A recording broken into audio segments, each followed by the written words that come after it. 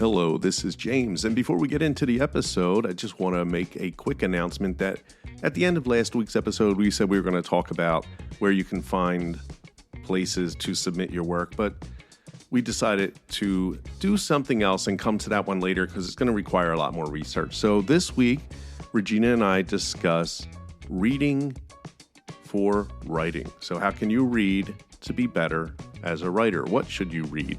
So all of that stuff is coming up. Also, if you go to the show notes, I have my newsletter there, and I just started something last week, which is using AI as a teaching tool. So what I'm doing is I'm giving AI a prompt to write a short story. I'm putting it on my newsletter, and then I'm critiquing AI as a way of teaching myself, like, okay, this is really bad. It's also a way to kind of get back at AI and say, hey, you know what? You think you're so good? You're not. But anyway, that's just me being silly. But it is a paid subscription. So my newsletter every week is free. But I put this at $5 a month, and you can join and help critique AI. Basically, AI has no feelings. So you can say whatever you want, and you're not hurting anybody's feelings. And I'm also doing this because I can't take other people's work and just start critiquing it.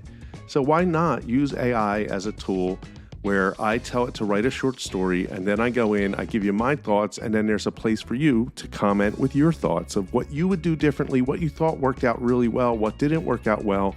So there's one story up there currently, and like I said, it's a $5 subscription. It's the lowest Substack will allow me to do. I couldn't do any lower. I feel like I would have, but that's the lowest you can go on this site. So I hope you join me on there. I'm going to do it every week, at least once a week. And without any further ado, let's get into this week's episode. This week on Writing Fiction, Regina and I are going to discuss reading for writing. So reading to get better at your writing. Right. Yep.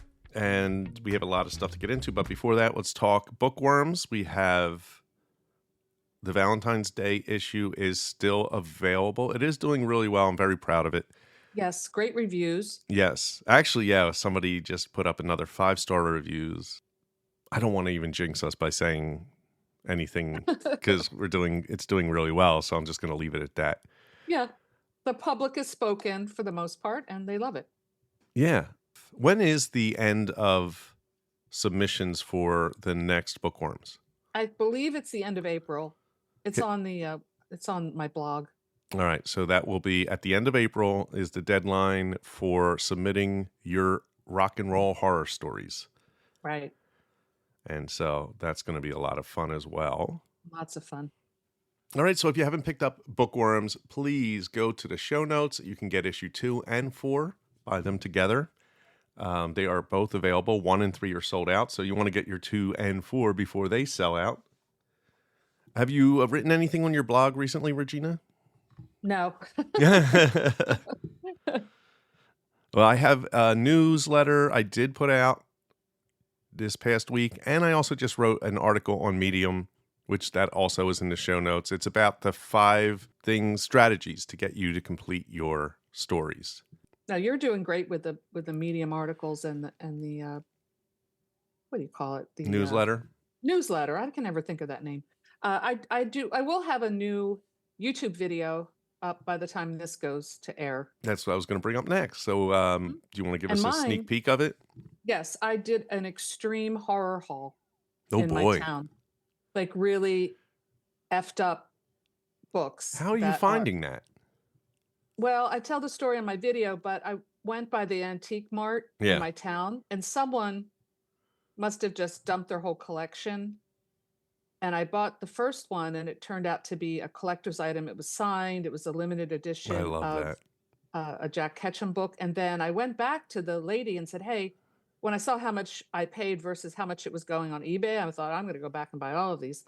So I went back, and she's like, oh, we sold them all. So I was like, oh, shoot. So that was weeks ago. And then I was walking down the street the other day, and they had like a for sale cart, everything half off, and all the books that were part of the collection were in there. Wow. So I don't know, maybe she didn't understand what I was talking about. So I bought them all, and they're like signed first editions, limited editions. Wow. Yeah, and I bought them, and I think they were about $7 each. All right, I'm gonna have to watch that video. That sounds exciting. Yes, but I'm scared if I should read them, because I don't really read extreme horror. Well, we're going to get into we'll talk about reading that. for writing and why that may be something you want to do is read those. Maybe. So I put up my recent YouTube video is my thrift store book haul. And there's no like theme, but it's just a bunch of books I recently picked up. Some good stuff. I did. And follow us on Instagram at Worms Horror Zine. I've been posting little quotes to inspire you if you're kind of struggling during the day. Now, last week we talked about submitting your stuff. That was Highland's fifth rule. You got to keep submitting until it's sold.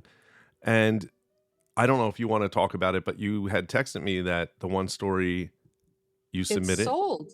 Yes. And so it's sold. I don't think there's any payment, but I'm going to take that as a sell. It is, yeah. For charity.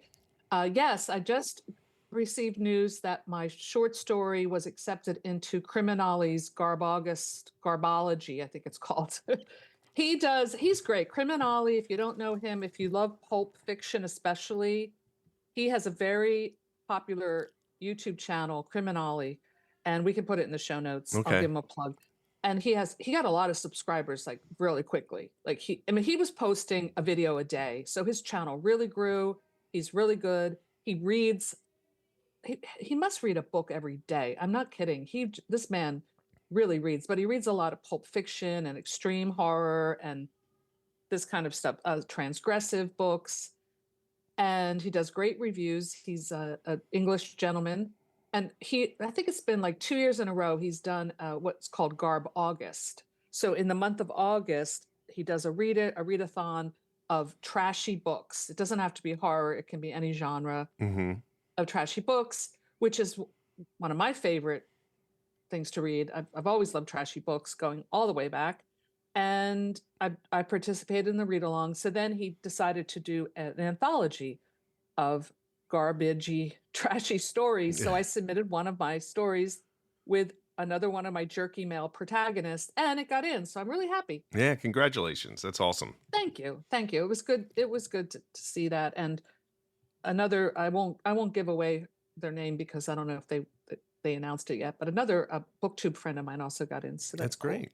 That I know of. There might be more. And are you working on anything now? I am working on I'm working on a Wattpad novella. It's it's called it's on Wattpad, which I've gotten back into.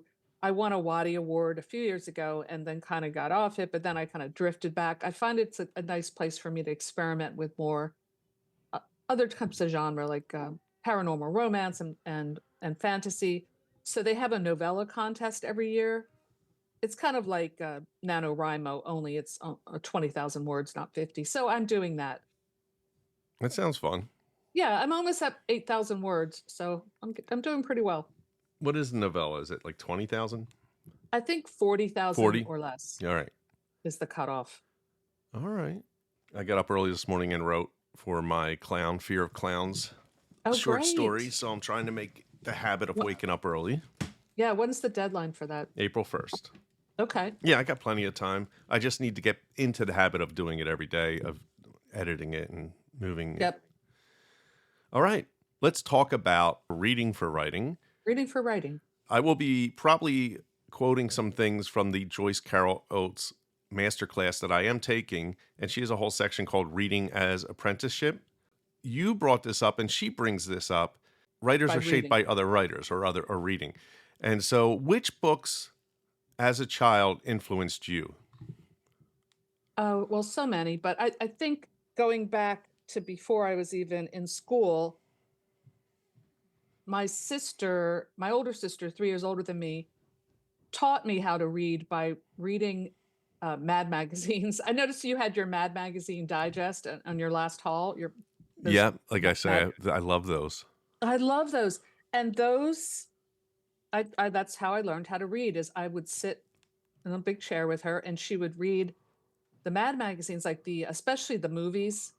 Oh, yeah. They're so good. And the illustrations. It also taught me how to draw. And I know you draw too. It's just comics. I mean, pretty much beginning with comics, but Mad magazines. My cousin Billy, he's probably 10 years older than me. So he was like the cool older kid when I was little. He had an incredible collection of Mad magazines going back to the 60s, and we would just devour those. So maybe that's why I like trash, because that was my first my first exposure to fine literature. But I think coming from a family that read absolutely influenced me as a reader. I was not as much of it took me a while to get into my own reading, but it was modeled in my household from my sister and my dad. My father read constantly, and it was always like paperbacks. I remember reading like the movie. He would buy like those what do you call it when you write it for the movie? The adaptation? From the movie adaptation. So Yeah. I remember we had The Omen, reading that. So it got me into horror at an early age. A Poseidon Adventure, that was another one. And they would have those wonderful black and white stills from the movie inside. Yes, I love those. I love those. So for me as a kid, it's like a bridge between the visual into the written word, I think was very important. I think, I guess my point is, and they say this, I know, when I was in college and stuff, that kids will read if you model reading in front of them as an adult, or it's like parents or guardians or whatever. Right. So I know from my experience, I did not have that upbringing, because my family now, like with my kids, we are a reading home. I mean, my son Leo reads all the time. And that's great. I know from me growing up, that was not modeled.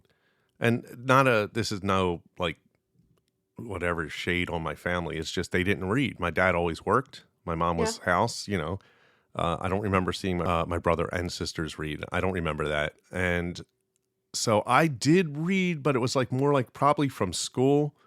And the books that I read that interested me, and this is also something I talk about with Sarah because she's in the education world, and you know this too, Sure.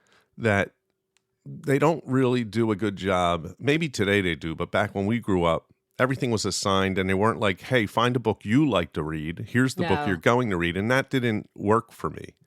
Yes, I did not like the books that we were assigned in school until maybe in high school, when I had a really good teacher, and then the light bulb kind of came on for me. But I remember reading Johnny Tremain, All Quiet on the Western Front. They always seemed to be war stories. And as a girl, I just wasn't interested. I'm sure they're great classics. What was the other one? The Jungle. I just never really enjoyed those books. But and the books that I found that I did enjoy was like Treasure Island.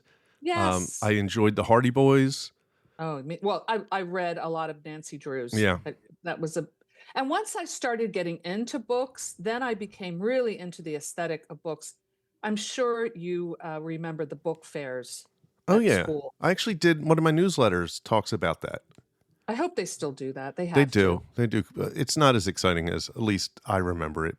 Because I wrote this in my newsletter, so if you want more information to get into it. But I'm just saying, today, we live in a world where everything is at your fingertips, and I can get any book I want from Amazon or whatever. Back then, it wasn't like there were big box chain, these chain stores. It was like you had in the Chamonix Mall, we had B. Dalton and Walden books, and you didn't always see everything you wanted in there, and there was no order it online. No. So this book fair was where things you would see that you would never see anywhere else.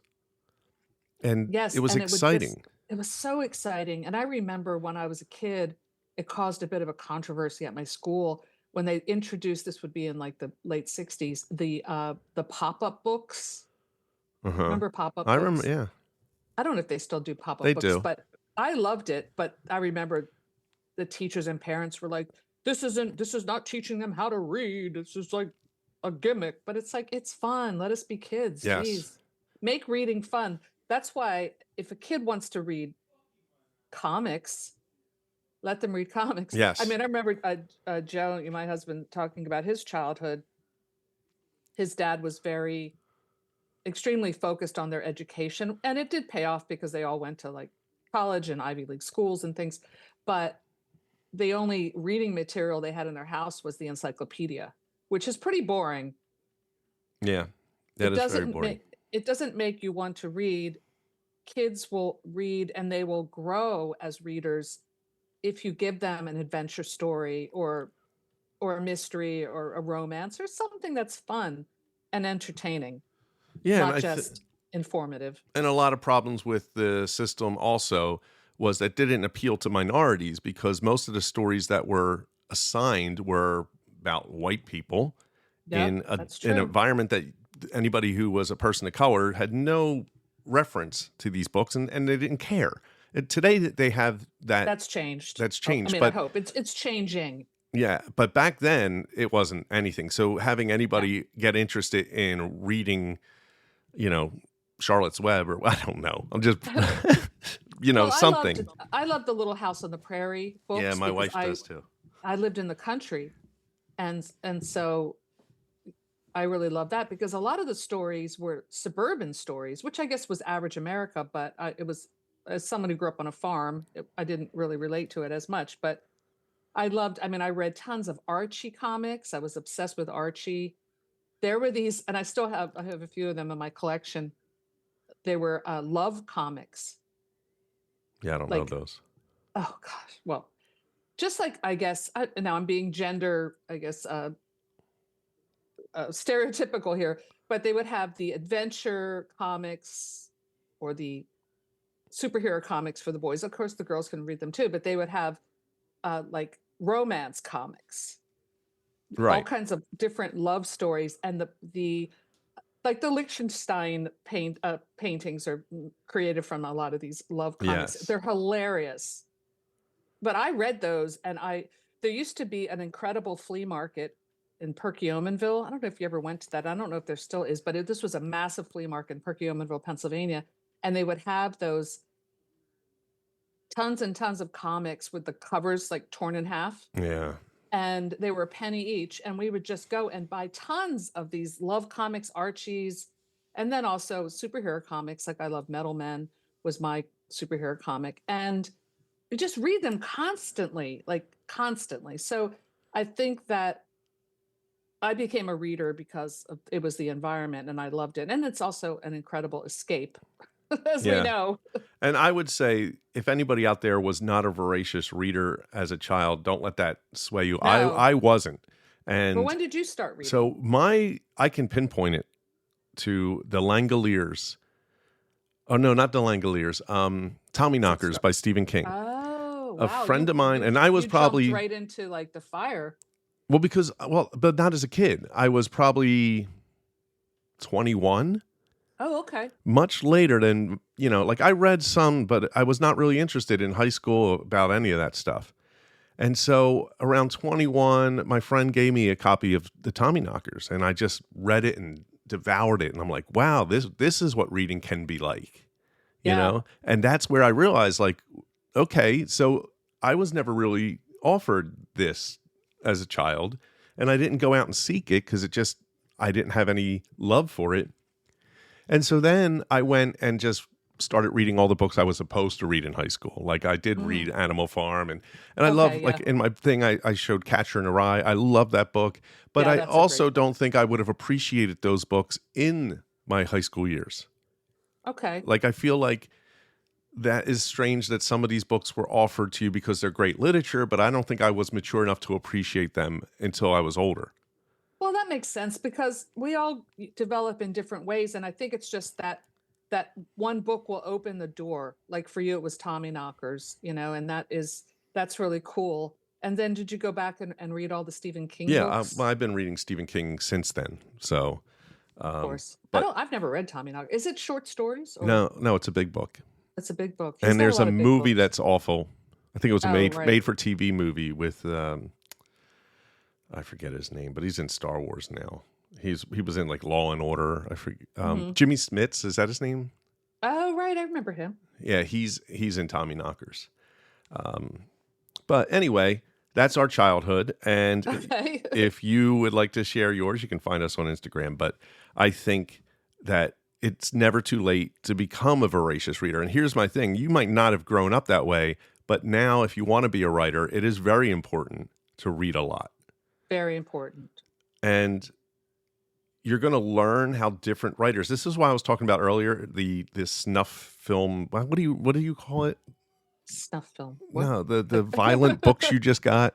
Oh, extreme horror. Extreme horror. Okay. Or splatterpunk is splatterpunk.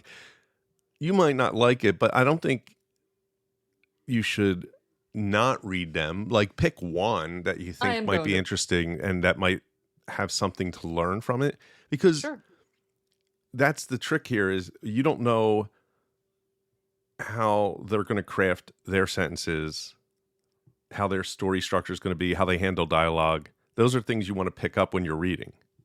Yes. Well, the advice that I've read from so many different sources is to, and I know Anne Rice said this too, is to read widely, meaning don't just stick to what you know or one particular author. And this is for writers. If you're a reader, whatever, no one's telling you what you can or can't read.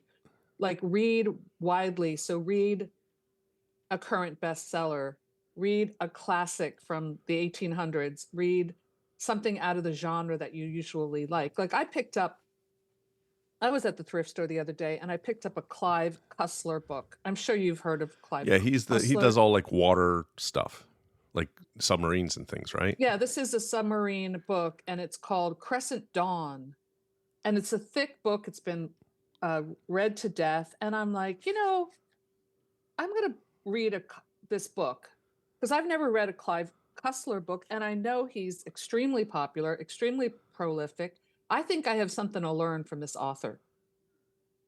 Yeah, I'm just about finished Memory Man by David Baldacci. Is that how you say his name? Oh, yes. I've read a few of his books. Yep. And I'll have a lot to say about it, but it's not as bad as James Patterson. Like, I did not enjoy James Patterson at all. This one, at least, I'm enjoying, but it is, again, like junk food. It's like just sitting there and eating a whole thing of Oreos. Like a Dan Brown kind of book? Well, I don't know. See, the difference with Dan Brown, I fell in love with Dan Brown, that first book, which was Da Vinci Code. I've been rereading Da Vinci Code and I'm enjoying it a lot. And the reason why, and I think you and I both read this or knew about it, is there's a book called Holy Blood, Holy Grail. Mm-hmm. And a lot of the stuff that Dan Brown talked about is possible in his world that he's creating. Like, a lot of this stuff is based on some historic things. And I enjoyed that about it. Me then too. When I tried to read other Dan Brown books, I recognized his formula way too quickly and lost interest. Yes. Well, what he really taught me, and something I know I try to do in my books, is to leave each chapter with a bit of a cliffhanger. Oh, he's great at that. He's great at that. And sometimes that technique becomes too obvious. But I think there's a lot to learn from a writer like Dan Brown. He's kind of the opposite of an Anne Rice. Yeah. Like a Dan Brown or James Patterson. I only read one of his books. And I agree. I was kind of like, I did love his masterclass, though. That was fun. But I'm going to take that one next, I think. Yeah, it's really good. Because I just finished the David Baldacci. Mm-hmm. I finished his masterclass, and I enjoyed it. Okay, wow. But what I learned from watching his masterclass is that he does a ton of research for what he's doing, like literally binders and binders and binders of information that he won't even use in the book, but it's there for his head. So when he's writing, it's overwhelming watching that. Yeah, that's his personal. But, and I can get into, I think the book is fun, but it's one of those things that I guarantee you, if I go pick up another one of his books, it's going to feel exactly the same. Yeah. And those books, I don't, like, I learned, like you said, the short chapters I'm seeing from him as well as James Patterson. But character, there's a lot to be desired. Yeah. Well, that's like, I love Anne Rice, and when I'm in the mood to read Anne Rice, I'll read Anne Rice because her characters are so amazing, and her writing is so beautiful and intricate, and like gorgeous lace and filigree, and it has that very New Orleans kind of feel. But I mean, she just never writes a plot, so it's frustrating sometimes to read her work. I mean, not say never, but she doesn't really plot. I think she would admit that. But I learned from her about how to slow down and add beautiful descriptions and to ease into the writing and not just always be rushing to the next plot point. So I think reading, for me, reading widely includes reading the books that I have to read for my book club. Well, I don't have to read them, which are books that I would not necessarily choose. Like there was one book from my local book club. The last book we read was it was a translation from a Japanese book called Until the Coffee Gets Cold. Have you heard about this book? No. To me, it was more like, I don't know. It's kind of like those bestsellers that, and I'm going to sound like a snob here, but like the Oprah Book Club recommendations, they appeal to a wide audience. Mm-hmm. Like Tuesdays with Maury. It's that kind of stuff with this kind of homey, I guess is the word I'm looking for, advice, and everyone, it's like feel good kind of stuff, or it's that what, Eat, Laugh, Pray, or whatever that is. Yes, that kind of stuff. Remember in one of our bookworms, we have the worm eating the Yes. Charlie did a great. That was his idea too. I didn't come up with that, but I howled with laughter.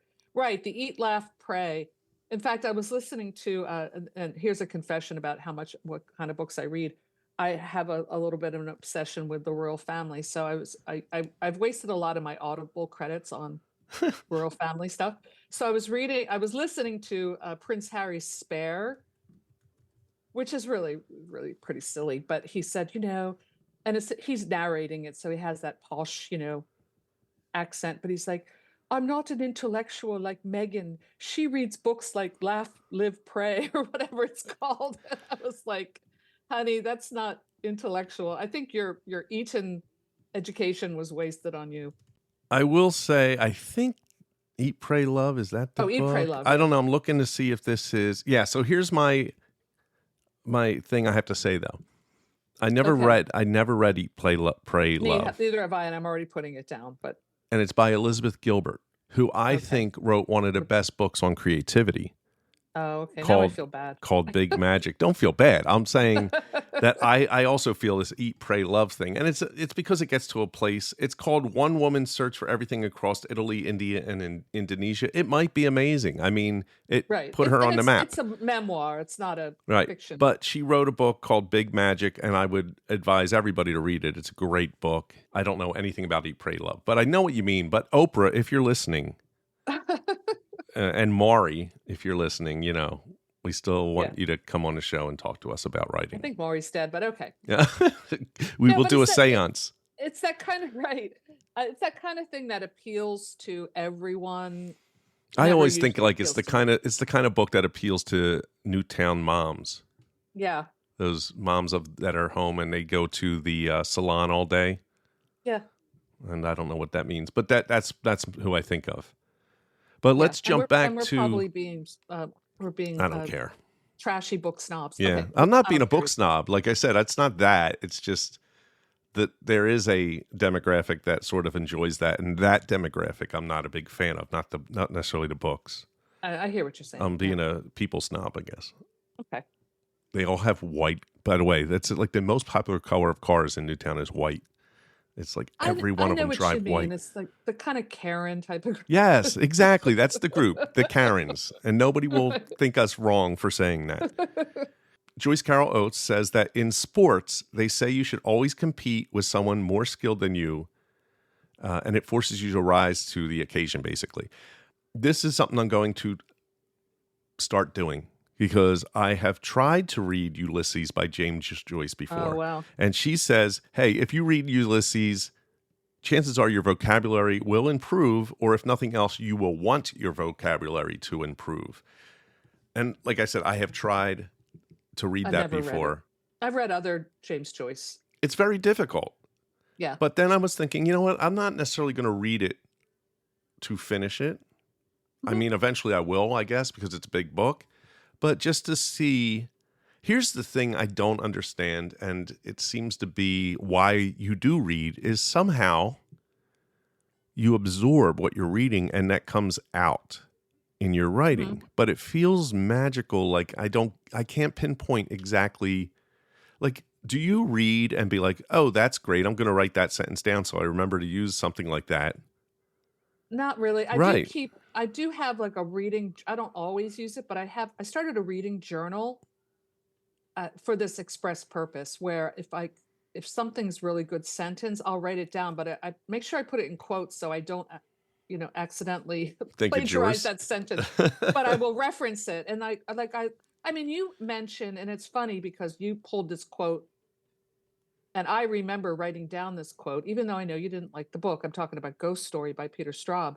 You put that quote about the gray unfurled like a gray fabric or something. What do you remember what Yeah, I'm I don't talking remember what about? it was, but I know what But you you mean. read it, and I remember when I read that thinking, wow, that's a great analogy. What an incredible metaphor, or whatever it was. And I wrote it down, and then you used it when you were giving your quote about it. So things like that Yeah, do stick with me. you cannot like a book but learn a ton from a book. Yeah, and you finished it, right? Yeah, a Ghost Story, I learned a lot, actually. What I learned from Ghost Story, even though there overall I was not a fan of it, but I loved his locations and his descriptions of those locations, especially the stuff that felt like it made me feel like I was outside at night in a very cold blizzard. Yep. It was described so well. It was very atmospheric. Yes. It's great. I need to read. I don't know. I feel like I need to read a more like longer books. Like that's my thing. I'm very impatient. So when pick up a book that's like 500 pages, I get like, ugh, I want to rush through it. I'm And the same way. I think a lot of people are. And I don't know how to slow down with some of them. mm-hmm. Like the Baldacci book is 400 and some pages long, and I'm almost finished it, but it feels too long. Okay, yeah. The thing you learn from short books as well is brevity. Mm-hmm. How can you tell that story in 200 pages? Catcher in the Rye is a very thin book. But with a lot of meat on the bone. Yeah. Joyce Carol Oates also suggests reading early Ernest Hemingway short stories. Okay. He writes very short, like sentences, and his dialogue's great. Isn't there some kind of software called Hemingway? Is there? That sounds familiar, yeah. That can take your prose and turn it into a very sparse Hemingway style? Something like that. If you grab one of his short stories and read it, there's no word you're not going to understand unless it's a word that's like slang from that time period. Like I noticed I look up a word that has, or it's something related to sailing, and I don't know that part of the boat or something. But overall, he doesn't use big words. Yeah, I mean, I read a really good, I mentioned this on my latest YouTube video. I read a really good adventure story. It was for my Gothic Hearts reading challenge that I'm doing. So I'm reading Gothic romance this month. And one of the choices that we had, and I'm doing with a couple other people on YouTube, was read a Gothic romance set in an exotic location. So I chose a book that I had on my shelf called Black Orchid, which takes place in the Amazon. It wasn't really Gothic. It was more like an Indiana Jones adventure story, but it was great. Yeah. Like it was so much fun. And it was written in the early 70s, and no one's ever heard of it now. And it's a book that it has very few reviews on Goodreads. It's pretty much forgotten. But what a great story. It was just so much fun. It was a great adventure. So I learned from reading books like that. And also I do like classics. Like I've been wanting to read Ivanhoe and things like that. And we're going to really get into like a good old fashioned classic. I do struggle with classics if the language feels foreign to me. And I get it's in English, but you know what I mean. Yes. Mm-hmm. And that's the part where I struggle with certain novels or short stories, is if it feels like I have to pause to figure out what this sentence means. Yeah, or some of the references. A good example of something that's not old but is a classic is Clockwork Orange. Oh, yeah. Now, that's a book that has a glossary in the back because you don't know Right. what all the words mean. And that really made me struggle. Those are books that I think if you're going to read, I think you're going to have to read it more than once to really appreciate it. What's great about reading on Kindle, which I don't do as much, is that you can tap on the word and it will give you the allusion or the definition or whatever it is. I mean, the only time I struggle with something like that is if sometimes there'll be French phrases in some of the older books I read, and I'm like, oh, what the hell does that mean? But if I take the time to look it up, I'm always like, oh, that's cool. Ooh la la. Ooh la la. No, I'm talking about like not words that I don't understand. I get that. That's you tap on it or you can look it up. I have a dictionary app. In Clockwork Orange, they have stuff like the droogs, right? Oh, right. And what they call balls is something else. Bollocks? No, it's not an act. That's what I'm saying. These are words that that Anthony Burgess, I think his name is, he made them up. Yeah. So no one knows what they are unless you look at the back. It's all these words that you don't understand. So it was hard for me to like sit there and enjoy it because I'm like every second I had to go in the back and say, okay, what is droogies? What is, this word? But I could see where that would happen. Yeah, but that's rare.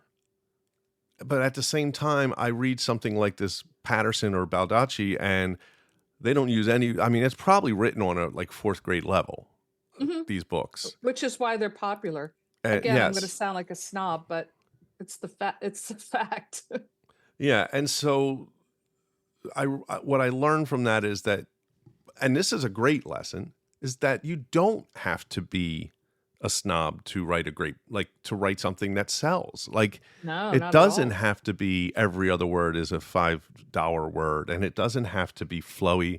Now, I prefer to make beautiful prose, but it's not necessary for everything. Like sometimes you want to just get whatever it is across in as little and easy as possible. Well, I think a sign of amateur writing is when the writer's trying to be too fancy, for lack of a better word, and I see this sometimes. It's just like, just write simple sentences is the better way to go. And then when you have those moments of inspiration where, oh, I can really slide a nice metaphor in here, do it. Yeah. But don't try to do it on every line or you're going to lose your reader. That's another thing when reading for writing metaphors. I love a good metaphor. And me too. Like some of them just stop me and I'm like, ooh, that's good. I got to highlight that or I got to write it down. I love the first line in Neuromancer. I think I brought that up before, but let me get it. The sky above the port was the color of television, tuned to a dead channel. Oh, yeah, I like that. I do too, but I don't think anybody would get it if they're under a certain age because like, what's a dead channel? What's TV What's static? Television? Well, I mean, how many times have we seen horror movies where you just see a gloved hand cut the telephone line? Yeah. Those damn cell phones, you got to drop them in. Yeah, you got to take out the satellites. You got to take out the satellites. You got to get rid of them. Even back in the early days of cell phones, it was like, oh, we're out of range. Yeah. You can't even do that anymore. That's also a great way when you're reading to write. How do they deal with those things? That's another thing I love to see. Like if I'm reading something and I'm in this world where it's a present day thing, the first thing you're going to want to know is how are they getting rid of these things like cell phones? How are they disabling them? It's a lot of times it's out of range or it's broken and things like that. Now I had the story I'm working on, Fear of Clowns. As it happens, this situation that happens, his phone starts to swell and heat up. And working in this industry, I know exactly that does happen. So but you're an expert on iPhones. Yeah, but it's still something that happens pretty regularly where batteries swell and then it pops and they heat up and they get so hot you got to drop it. And I've heard these stories a lot. So I did it, but I'm also to avoid the fact that, oh, it's quite a coincidence. But I'm like, well, there is a supernatural thing happening here. So it's like in Close Encounters when the radio started going wonky Yeah. You know, that's kind of what I'm doing here is he's in a situation where there's crazy activity happening and his phone just swells. Now, that's something you could think could have happened for real, or was it? I don't answer that question, but you know, it's part of how he can't call 911 right away. Yeah. And, well, I finished watching True Detective, the latest. Oh, don't spoil anything. Oh, I won't. It's really good, but it's not spoiling anything to tell you that, you know, it's all because it's in the dark season in Alaska, that it's really the way they depict the atmosphere is great, but everything is dark. So the darkness is part of the story that works because we buy it, because we know it's based on reality, even though a lot of the stuff in the show feels like supernatural. Yeah. The fact that they can be the lights can go out is a reality, and maybe they don't get the best electricity in certain parts of this atmosphere. It was really great. Yeah. You got to finish watching. It's very good. Oh, I am. But yeah, reading. And so I would also add to reading widely can be like going to something I do every once in a while is I go to the library and I just select books I've never heard of. And most library books are like, I'm talking fiction, are going to be more of the bestseller, like the Balducci kind of books. But I'll just randomly choose something. In fact, when I was a kid, my dad would drop us off at the library every week, and he would go to the bar, Kelly's Bar in Doylestown, and watch whatever game it was. And we would be in the library. And every week we would choose new books. And I would do this thing where I would close my eyes and spin and pick a book that way, just touch a random book. So I kind of still do that when I go to the library, and it makes me read newer fiction because that is my thing. I tend to not read newer fiction. I tend to read stuff from the 1970s, 80s or older. And so challenging myself to read newer fiction is part of my reading plan, but also reading what I would call high-low. Like read the Patterson book, but then read a classic, read Gustave Flaubert. Couldn't remember the name.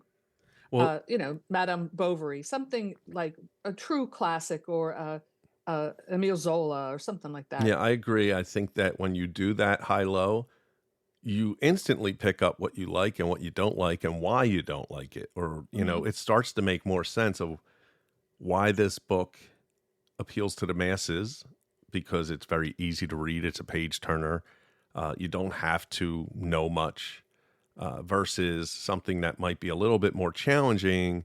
Most people are not going to enjoy that maybe if they aren't into that type of thing. Now, Joyce Carol Oates is probably going to sue me because I'm giving away her master class. All her secrets.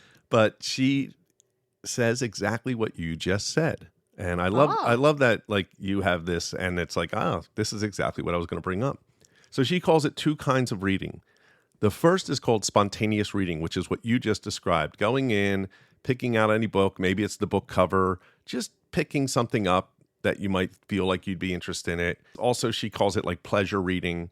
You're just kind of curious about it and you want to see if you can have fun with this book. The other type of reading is kind of what you're talking about with the high-low, is systematic reading, which you thoughtfully choose your reading material. And you could just say, well, I'm going to look at Ernest Hemingway, as we brought up before, and I'm going to learn about brevity and dialogue. So those are two different types of reading, and I definitely do both. Like, I am somebody who judges a book by its cover. If I love a cover, that's how I got into Grady Hendrix, because I think his My Best Friend's Exorcism had that VHS cover. Oh, I love that cover. I was like, I don't care. I gave you that book, didn't I? No, you gave me. I thought I gave you. No, We Sold Our Souls, I think you gave me. Oh, okay. Because I remember buying the Exorcism one at Barnes & Noble because of that cover. And I was like, I don't care if I like this book or not. This cover is so good, it's got to be on my shelf. Yeah, a book cover is important. It's really important. And I buy a lot of my pre-made covers ahead of time and then write the story to match the cover sometimes. Because like Carney was kind of like that. I'm like, I bought that cover and I'm like, there's got to be a chainsaw. And so I wrote a chainsaw in. Yeah, so let's close up, but I think the most important thing... Oh, do you have something to say? No, I'm just shocked that our hour went by so Oh, it fast. We're flew talking by. about so much fun. Yeah. So what we want you to take away is read a lot and learn from what you're reading, but also enjoy it. Like, don't make it a chore, because then you're not going to want to read, but it's going to help you. And I have seen, like I said earlier, it feels magical or mysterious of how it helps you, Yes. because You don't think about it. It just happens. yeah. It's And kind of like so when you read, you're not conscious of reading. It just, if you're in that flow state, you're reading and this picture's in your head and you're just with the story. what I've been doing recently is, if I see so I'm writing something currently. So when I'm reading something, something comes up that's very similar to what I'm writing, like maybe it's the snow on the ground, or has somebody leaving or walking into a place. I've been trying to, I notice it, and I'm like, this is how they addressed this, and this is how they handled it, because Yeah. it's very similar to what I'm doing currently. So I think it helps to write every day while you're reading the same day, because then you're like, oh, I'm working on this, and here's how they did it. Right. Right. And like, challenge yourself. Like I really think Donna Tartt is an amazing writer. And she, I remember in The Secret History, a book I read many times, I never forgot this one metaphor she uses, because the one character ends up like dying, and he's where in an earlier scene he has a pack of like I don't know, I think it's Lucky Strikes, the one with the target. I think that's Lucky Strike. Yeah. Yeah, in his breast pocket. So it's like foreshadowing. He has a target On his chest. Yeah. over on his chest. So, and then later you see, I see what she did there. So that's really advanced writing. But if you can put a little bit of that into your writing, it's going to bring it up to another level. And so there's simplistic storytelling, and then there's complex storytelling, and both are legit. But I do like your idea of having a sort of notebook when you're reading, because a lot of the stuff you'll forget. So if it's something that involved, I would write that down, or write things that you found very interesting, because I can't remember stuff. If you can, then fine. But I'm very, very bad at remembering things. Yeah, I mean, you don't want it to feel like a school assignment. Right. But I also think taking notes, especially like if I were to read Ulysses, which I never have, I do love the Dubliners. I just did a video where I read The Dead. It was my Christmas video. Love that book. And I've read Portrait of the Artist as a Young Man. I just never read the more advanced stuff. I feel like I would probably want to take a class, either online or at a school or something, to help me with that book. Because I think it would be really tough. So sometimes you do need to be in that place where you treat it more like academic assignment. Right. But also just read for pleasure. That's what it's all about. And you don't have to go read Ulysses. Don't think that's some kind of requirement. Like, I'm just saying, this is what Joyce Carol Oates was just talking about. If you did, she doesn't expect you to ever sound like that. What she's saying is that you're kind of picking up on things. That's like kind of, you're seeing how other people do it, and that will help you in your writing. So let me close with a writing assignment that Joyce Carol Oates, I'm going to get sued, has for this chapter of her masterclass. So here it goes. Reread one of your favorite short stories. In the margins of the page or in your class notebook, make notes on its formal qualities. And what she means by that is like how they have the story structured. Does it have chapters? How are those chapters divided? Are they long paragraphs? What's the title? How's the title fit in? Like, what is this first person? Is it like chronologically, or is it mixed up? So make notes of that. And then make sure to ask yourself, among other things, how does the title function in the work? How long? That's interesting. Yeah. How long are the story's paragraphs? Are there subsections or chapters? Are events chronological? How is the dialogue treated? Note any formal choices the author makes. You'll be able to come back to this set of notes as a resource for your own writing. So formal meaning form. Yes. Yes. Right. I don't know what we'll do next week, but you and I can discuss.